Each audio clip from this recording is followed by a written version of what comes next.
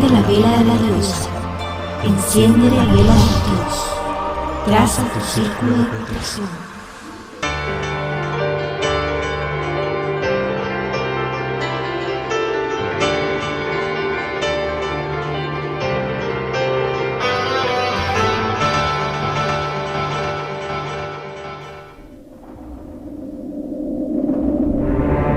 Formación espontánea de objetos tangibles. Hemos dicho que los espíritus se presentan vestidos con sus túnicas, ropajes o con sus trajes ordinarios. Pero uno no comprende de dónde salen semejantes trajes, parecidos a los que llevaban en su vida. Es cierto que ellos no se llevaron esos objetos consigo, puesto que los que realmente vestían los tenemos aún a la vista. ¿De dónde provienen los que llevan en el otro mundo? Muchos hechos han venido a complicar y a demostrar la insuficiencia de las teorías que se habían ensayado. Hasta cierto punto podía darse cuenta del traje, porque puede considerársele como haciendo de algún modo parte del individuo, pero no es así en cuanto a los objetos accesorios, como por ejemplo una caja de tabaco de un caballero que visitó a una señora enferma. Notamos con este motivo que no se trata aquí de un muerto, sino de un vivo, y que este caballero cuando volvió en persona tenía una caja de tabaco parecida. ¿En dónde encontró el espíritu la que tenía cuando estaba al pie de la cama de la enferma? Podríamos citar gran número de casos en que espíritus muertos o vivos se aparecen con diversos objetos, tales como bastones, armas, pipas, linternas, libros y otros objetos. Entonces se nos ocurrió la idea de que los cuerpos inertes podían tener sus análogos etéreos en el mundo invisible, que la materia condensada que forma los objetos podía tener una parte esencial fuera del alcance de nuestros sentidos. Esta teoría no estaba desnuda de verosimilitud, pero no era suficiente para dar razón de todos los hechos. Sobre todo hay uno que debe burlar todas las interpretaciones. Hasta entonces solo se había tratado de imágenes o apariencias. Hemos visto muy bien que el perispíritu puede adquirir las propiedades de la materia y hacerse tangible, pero esa tangibilidad solo es momentánea y el cuerpo sólido se desvanece como una sombra. Este es un fenómeno muy extraordinario, pero lo es mucho mayor el verse producir la materia sólida persistente, tal como lo prueban numerosos hechos auténticos y notablemente el de la escritura directa. La escritura directa o pseumatografía es aquella que se produce espontáneamente sin el auxilio de la mano del médium ni del lápiz.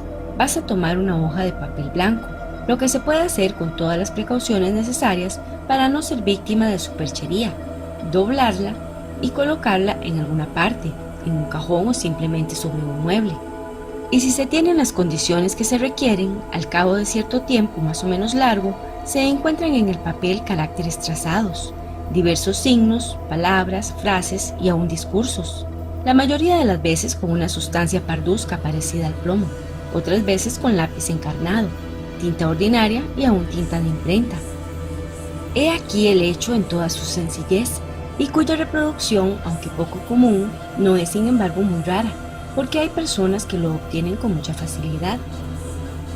Si se ponía el lápiz con el papel, se podría creer que el espíritu se ha servido de él para escribir, pero desde el momento que el papel está enteramente solo, es evidente que la escritura está formada por una materia depositada.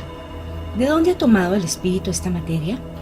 Tal es la pregunta que hemos hecho, a cuya solución nos ha inducido la caja de tabaco de la que hemos hablado anteriormente. El espíritu de San Luis nos ha dado esta solución con las respuestas siguientes. Hemos citado un caso de aparición del espíritu de una persona viva. Este espíritu tenía una caja de tabaco y tomaba polvo.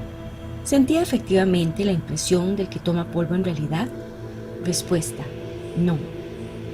Esta caja de tabaco tenía la misma forma que la que él usaba ordinariamente y que estaba en su casa. ¿Era pues la caja de tabaco que tenía este hombre en sus manos? Respuesta: era una apariencia. Sucedió de este modo para que se notase la circunstancia, como lo ha sido, y que la aparición no fuera tomada por una alucinación producida por el estado de salud del vidente. El espíritu quería que esta señora creyese en la verdad de su presencia y tomó todas las apariencias de la realidad. Dices que fue una apariencia, pero una apariencia nada tiene de real, es como una ilusión óptica. Nosotros quisiéramos saber, ¿esta caja de tabaco solo era una imagen sin realidad o tenía alguna cosa de material? Respuesta: ciertamente, Con ayuda de este principio material es como el periespíritu toma la apariencia de vestidos semejantes a los que llevaba el espíritu cuando vivía. Observación hecha por Allan Kardec. Es evidente que en este caso la palabra apariencia debe tomarse en el sentido de aspecto o imitación. La caja de tabaco real no estaba allí. La que tenía el espíritu solo fue la representación. Era una apariencia comparada con el original, aunque formada de un principio material. La experiencia nos enseña que no es necesario tomar siempre a la letra ciertas expresiones empleadas por los espíritus. Interpretándolas según nuestras ideas nos exponemos a grandes equivocaciones. Por esto es necesario profundizar el sentido de la palabra siempre que presenta la menor ambigüedad. Esta recomendación nos la hacen constantemente los mismos espíritus. Sin la explicación que hemos provocado, la palabra apariencia, constantemente reproducida en casos análogos, podría dar lugar a una falsa interpretación. En una palabra, estos objetos tendrían una doblez etérea en el mundo invisible, así como los hombres están representados en él por los espíritus. Respuesta: esto no se opera de este modo. El espíritu tiene sobre los elementos materiales esparcidos por todas partes en el espacio y en la atmósfera una potencia que estás lejos de adivinar. Puede a su gusto concentrar estos elementos y darles la forma aparente acomodada a sus proyectos. Observación hecha por Allan Kardec. Esta cuestión era la traducción de nuestro pensamiento, esto es, de la idea que nos habíamos formado sobre la naturaleza de estos objetos. Si las respuestas fuesen el reflejo del pensamiento, hubiéramos obtenido la confirmación de nuestra teoría, en lugar de una teoría contraria. ¿Los vestidos con que se cubren los espíritus son alguna cosa? Respuesta: me parece que mi respuesta precedente resuelve la cuestión, ya que el mismo periespíritu es también algo. Aclaración: resulta de esta explicación que los espíritus hacen sufrir a la materia etérea transformaciones a su gusto, y que de este modo, por ejemplo, se hizo la caja de tabaco. El espíritu no la encontró hecha, sino que la hizo él mismo en el momento que la necesitaba, por un acto de su voluntad, y que pudo deshacerla. Lo mismo debe ser en cuanto a los otros objetos, tales como vestidos, joyas u otros objetos. Esto es evidente. Esta caja de tabaco fue visible para esta señora al punto de hacerla ilusión. ¿Hubiera podido el espíritu hacerla también tangible para ella? Respuesta: lo hubiera podido. Si hubiese llegado el caso, ¿hubiera podido tomarla en sus manos creyendo tener una verdadera caja de tabaco? Respuesta: sí. Si la hubiera abierto, probablemente habría encontrado tabaco. Si lo hubiese tomado, ¿le hubiera hecho estornudar? Respuesta: sí. ¿El espíritu puede pues dar no solo la forma, sino las propiedades especiales? Respuesta: si él lo quiere. Supongamos pues que hubiera querido hacer una sustancia venenosa, y si una persona la hubiese tomado, ¿se hubiera envenenado? Respuesta: lo hubiera podido, pero no lo hubiera hecho, no se le hubiera permitido. ¿Podría haber hecho una sustancia saludable y propia para curar una enfermedad? ¿Y se ha presentado este caso? Respuesta: sí, muy a menudo. Entonces podría hacer una sustancia alimenticia. ¿Se hubiera podido comer y quedar saciado? Respuesta: sí. Observación hecha por Allan Kardec. La cuestión de saciedad es aquí muy importante. Como una sustancia que no tiene sino una existencia y propiedades temporales y en algún modo de convención puede producir la saciedad, esa sustancia por su contacto con el estómago produce la sensación, entre comillas, de la saciedad, pero no la saciedad resultante de la plenitud. Si tal sustancia puede obrar sobre la economía y modificar un estado mórbido, puede del mismo modo obrar también sobre el estómago y en ello producir el sentimiento de la saciedad. Estos casos son raros, excepcionales y no dependen jamás de la voluntad. De otro modo se alimentaría y curaría a muy poco precio. Los objetos hechos tangibles por la voluntad del espíritu podrían tener un carácter de permanencia y de estabilidad. Respuesta: esto se podría, pero no se hace, está fuera de las leyes. ¿Todos los espíritus tienen en el mismo grado el poder de producir objetos tangibles? Respuesta: es cierto que cuanto más elevado está el espíritu, más fácil lo obtiene, pero aún esto depende de las circunstancias. Los espíritus inferiores pueden obtener este poder.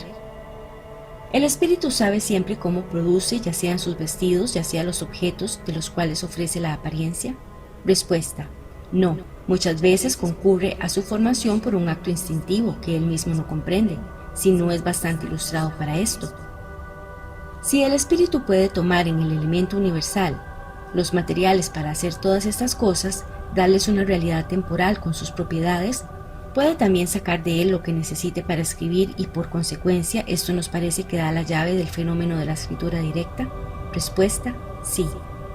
Si la materia de que se sirve el espíritu no tiene persistencia, ¿cómo es que las señales de la escritura directa no desaparecen? Respuesta: con objetos materiales voluminosos es diferente, pero ahora se trata de caracteres trazados que, siendo útil conservarles, se les conserva. He querido decir que los objetos compuestos de este modo por el espíritu no podrían llegar a ser objetos usuales, porque en realidad no hay agregación de materia como en los cuerpos sólidos. La expresada teoría puede resumirse de este modo: el espíritu obra sobre la materia, toma en la materia cósmica universal los elementos necesarios para formar a su gusto los objetos, teniendo la apariencia de los diversos cuerpos que existen sobre la Tierra. Puede igualmente operar sobre la materia elemental por su voluntad, una transformación íntima que le da propiedades determinadas. Esta facultad es inherente a la naturaleza del espíritu, quien la ejerce muchas veces como un acto instintivo cuando esto es necesario y sin darse cuenta. Los objetos formados por el espíritu tienen una existencia temporal subordinada a su voluntad o a la necesidad. Puede hacerlos y deshacerlos a su gusto. Estos objetos pueden en ciertos casos tener a los ojos de las personas vivas todas las apariencias de la realidad, esto es, venir a ser momentáneamente visibles y aún tangibles. Hay formación, pero no creación, atendido que el espíritu no puede sacar nada de la nada. La existencia de una materia elemental única poco le falta para ser generalmente admitida hoy día por la ciencia y confirmada como se ha visto por los espíritus. Esta materia da nacimiento a todos los cuerpos de la naturaleza. Por las transformaciones que sufre, produce también las diferentes propiedades de estos mismos cuerpos. Así es que una sustancia saludable puede convertirse en venenosa por una simple modificación. La química nos ofrece de ello numerosos ejemplos. Todos saben que dos sustancias inocentes combinadas en ciertas proporciones pueden producir una que sea muy perniciosa.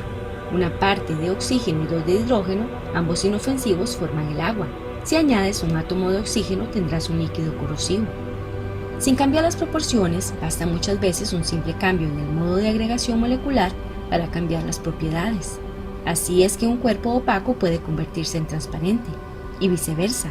Puesto que el espíritu tiene, por su sola voluntad, una acción tan poderosa sobre la materia elemental, se concibe que pueda no solo formar sustancias, sino también desnaturalizar las propiedades. Aquí la voluntad hace el efecto de un reactivo.